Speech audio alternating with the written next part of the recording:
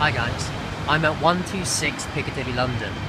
Now, the reason I'm here is because I can't find number 124. Over there is 118, to the left is 126, but I can't find 124, nor can I find 120 for that matter.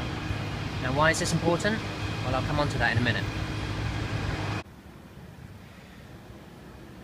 Okay, so the reason for the unsuccessful visit to 124 Piccadilly, London is because it's where Joseph Bramah created the very first challenge lock, really.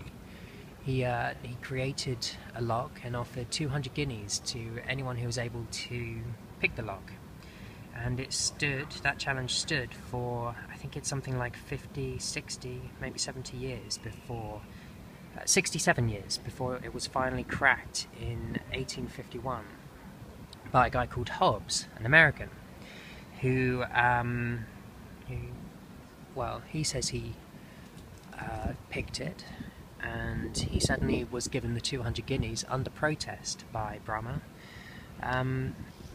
But there are some sources which suggest that actually Hobbs used destructive entry techniques. He drilled a hole to aid his instruments and repaired the hole by plugging it and hiding the damage with a smear of acid to blend it all in. All a bit mysterious, all a bit cool. Anyway, the reason I'm here is just because we, as lock sportists, are all into our locks, our challenge locks, but you kind of don't get to know too much about the history of the sport, the hobby, whatever you want to call it. And I think this is pretty cool. The location was suggested to me by someone on uklocksport.co.uk, a guy called Mick, and I'm really grateful because looking into the history of Bramah locks and just challenge locks in general has been it's been really interesting. And I appreciate having a bit more context to my hobby. Anyway, you're not here for 7 Goodge Place, you're not even here for Bramah locks, you're here for the lock picking. And today I've got something rather cool for you. I'm just going to try and find myself a lock lab, and I'll be right back. So, after much wandering around, the best place I could find to set up a lock lab is the pavement right outside number 7 Goodge Place. But if I'm crouched down on the pavement looking weird, well, that means I'm not wandering around the place looking threatening. So perhaps it is time just to settle down and pick a lock for you. So the lock I have for you is this Kryptonite. It's a lovely lock. Just get it to focus. The serial number is 851189.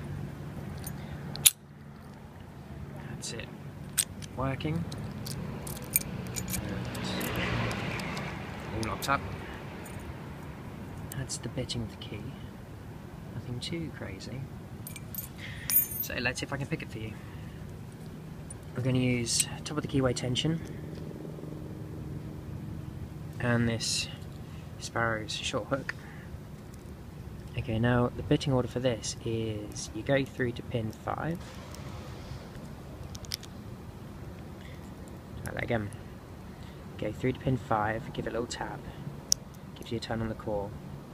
Then pin 1 gives you a false set. Now it's a case of picking pins 3, 4 and 5 as I speak to you.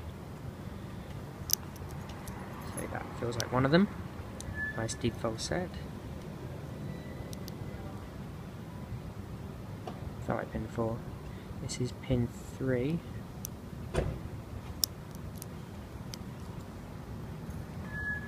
And now it should just be pin 2. Pin 2. That's it.